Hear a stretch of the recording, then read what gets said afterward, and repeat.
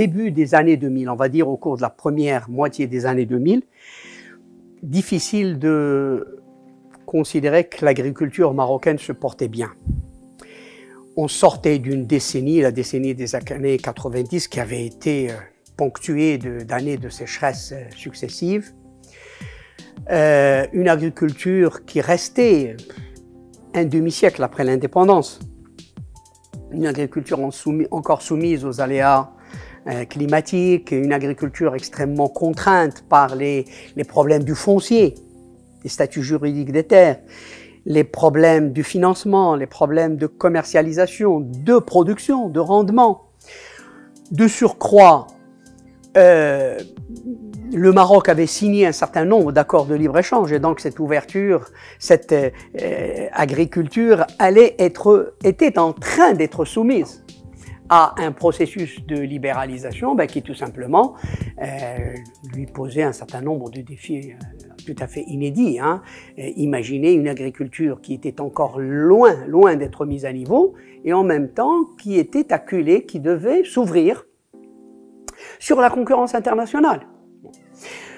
Et je peux vous dire que dès le milieu des années 70, il y avait une forte demande pour une mise en œuvre d'une réforme majeure au plus haut sommet de l'État.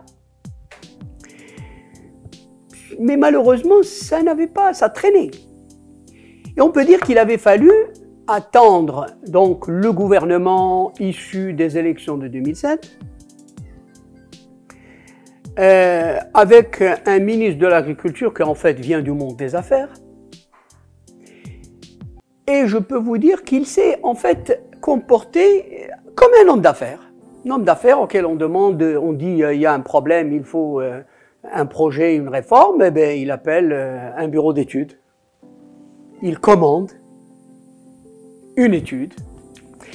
C'est ce que le ministre a fait auprès d'un bureau d'études international, avec des délais extrêmement courts. C'est important de souligner parce que ça conditionne beaucoup de choses. Après, un délai de 4 mois parce qu'il fallait présenter le plan qui allait arriver au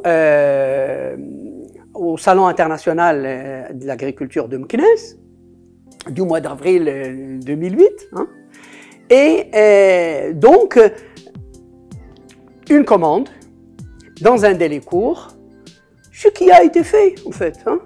Suffisait de payer et la commande était honorée et le plan Maroc vert est né donc en avril 2008.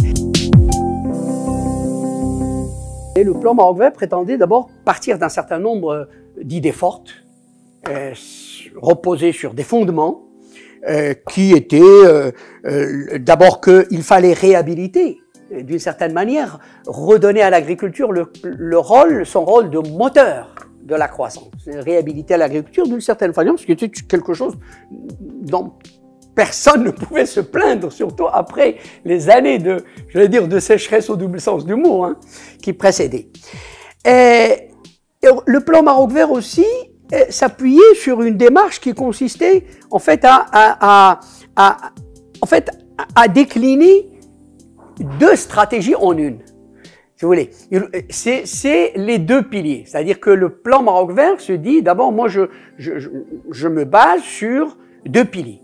Le premier pilier, en fait, correspond à une agriculture dite marchande, à forte valeur ajoutée, d'exportation, destinée à l'agriculture moderne, compétitive, performante. L'autre pilier, c'est le pilier 2, qui lui est plutôt destiné à une agriculture qui est l'agriculture traditionnelle marocaine, l'agriculture, alors on l'a appelée l'agriculture solidaire, l'agriculture des zones marginales, pauvres. En clair, déjà, le plan Maroc vert en fait épousait d'une certaine façon, ou prenait acte, ou consacrait une réalité qui presque rappelle un peu le dualisme entre agriculture moderne et agriculture traditionnelle qu'on a hérité de la colonisation. Oui, le plan s'adresse différemment à 2 mondes agricoles, ruraux, Et puis, il faut dire aussi, donc vous avez deux piliers, et vous avez des actions dites transversales, qui sont, par exemple, la question de l'eau, la question du foncier, la question des marchés, commercialisation, accord de libre-échange, un certain nombre d'actions dites transversales. Alors, donc c'est ça le plan Maroc vert. Deux piliers, des actions transversales. À côté de ça, il faut dire aussi que le plan Maroc vert voulait mettre l'investissement au cœur de l'opération. C'est-à-dire que dès le départ, il s'est donné comme objectif d'augmenter de manière considérable l'investissement dans l'agriculture, avec, si vous voulez, une démarche qui est celle des projets. Et donc, en gros, le plan Maroc vert annonce 1500 projets à travers une enveloppe globale de l'ordre de 150 milliards de dirhams sur la période 2008-2020. Exactement 147 milliards, mais si vous voulez retenir des choses simples, le plan Maroc vert, c'est 1500 projets et 150 milliards de dirhams. Sur la période 2008-2018, on va dire, aujourd'hui, nous avons les résultats, nous avons des faits, des statistiques qui vont jusqu'à 2018. Il y a d'abord un gros problème, qui est celui tout simplement de l'accès à l'information. Je peux vous assurer, je dirais de mémoire de quelqu'un qui était dans le secteur, qui était depuis des décennies.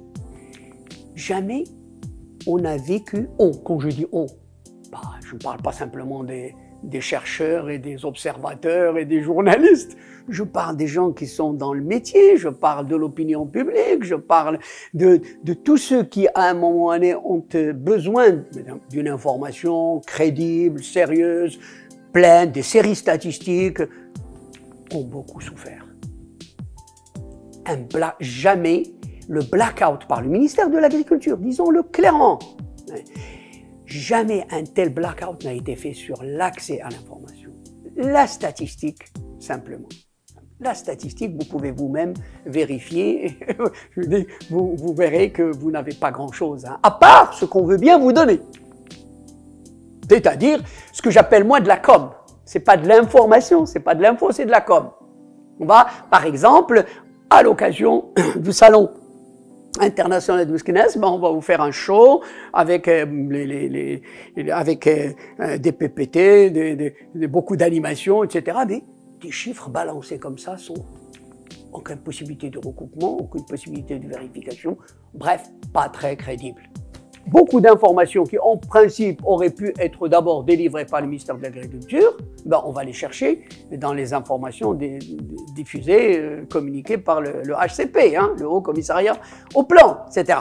Et puis, heureusement aussi que, à l'Institut agronomique, on a fait au cours des années plein d'études de terrain qui vont puiser l'information sur le terrain et qui permettent d'alimenter, je répète encore une fois, une information crédible et donc une appréciation objective. Pour apprécier le plan Maroc vert, il faut quand même aussi le situer dans le cadre dans lequel il s'est déroulé. La première chose, mais c'est le climat. Vous savez qu'effectivement, les conditions climatiques, en clair, la pluviométrie, chaque campagne qui commence au mois de septembre-octobre, après on suit au jour le jour. Il faut, pour qu'il y ait une bonne campagne agricole, et en particulier d'abord céréalière, parce que c'est là où se trouvent les 2/3 des terres agricoles utiles, vous attendez. Il faut qu'il pleuve suffisamment et à temps. Vous pouvez déployer les politiques les plus judicieuses. S'il ne pleut pas, s'il pleut mal, l'année va être mauvaise. Alors je dis pas ça pour dire que, pour évacuer des responsabilités. Je dis que c'est justement cela le problème.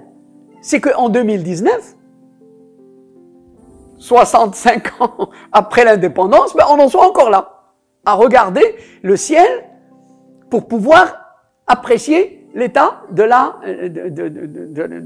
campagne agricole. Mais, de ce point de vue-là, quand on fait, je fais des séries sur une très longue période, qu'est-ce qu'on constate? Ben, du point de vue de la pluviométrie, tout est relatif, naturellement, mais le plan Maroc vert a plutôt été bien servi. Je veux dire, en gros, pour vous dire, sur la période 2000-2007, avant le plan Maroc vert, en moyenne, annuelle, on recevait autour de 360 mm, 360-65 mm par an. C'est la moyenne. Plan Maroc vert, entre 2008 et 2018, on est à 410. Donc, premier élément, en tout cas, on ne pourra pas dire « Ah, s'il y a eu des problèmes, c'est parce qu'il y a eu la sécheresse. » C'est ça qu'il est, parce que souvent, c'est un peu l'alibi. On dit « Ah ben, on n'a pas atteint le jour, ben, parce que la pluie. » Donc, on renvoie ça au ciel. Deuxième chose, les financements. C'est le nerf de la guerre, l'argent. Vous savez, toujours, on dit là aussi, quand une politique ne réussit pas, on dit « Ah, manque de moyens ». Encore un argument qu'on ne peut pas avancer dans le cadre du plan Maroc vert, parce que je peux vous dire là aussi, de mémoire de quelqu'un qui travaille et qui suit les budgets d'ailleurs, du ministère de l'Agriculture depuis longtemps, jamais, alors je ne dis pas l'agriculture, disons une certaine agriculture, je ne dis pas les agriculteurs, disons certains agriculteurs, ben, n'ont reçu autant d'argent que depuis 2008. Le budget du ministère de l'Agriculture a été multiplié par 5. Par 5. On était sur des budgets variant entre 1,5 milliard et 2 milliards. On est à 10, 11, 12. En fonction de ce que vous retenez ou vous ne retenez pas. On était à un fonds de développement agricole qui tournait autour de 400-500 millions de dirhams. On est à 3 milliards. 3 milliards et même plus de dirhams. On était, si vous voulez, on a une enveloppe, on va le voir, d'investissement qui atteint 104 milliards de dirhams. Ça veut dire une moyenne de 10 milliards de dirhams d'investissement par an. On n'a jamais vu ça.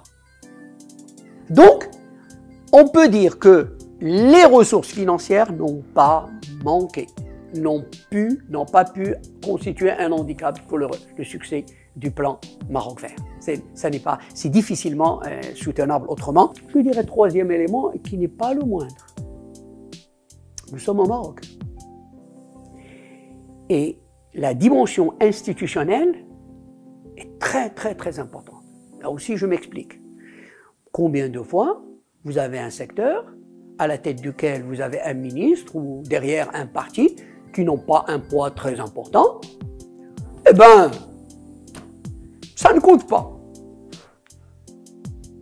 Là, nous avons eu un ministre et un ministère qui ont presque, je dirais, dès le départ, été décrétés sacrés. Je dis bien sacrés. Ça veut dire que vous avez un ministre dont le poids politique, je vous dis, c'est des faits simplement, il n'y a pas d'appréciation, il n'y a pas de jugement de valeur.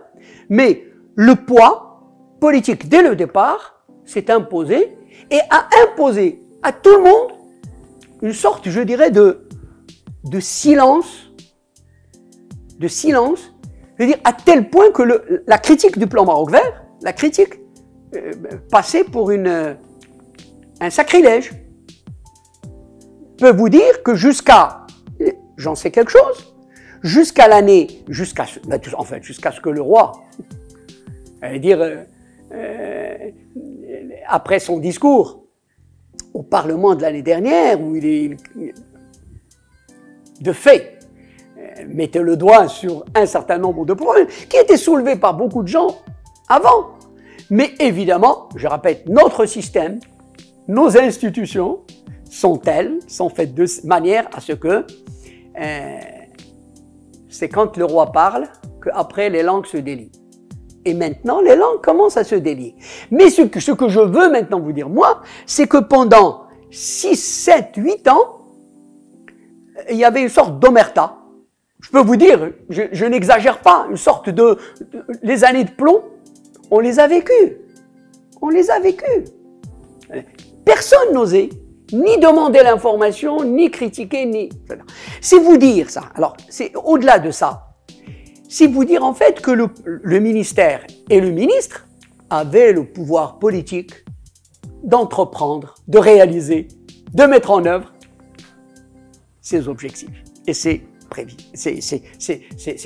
Avaient à la fois les moyens institutionnels politiques et les moyens financiers pour mettre en œuvre.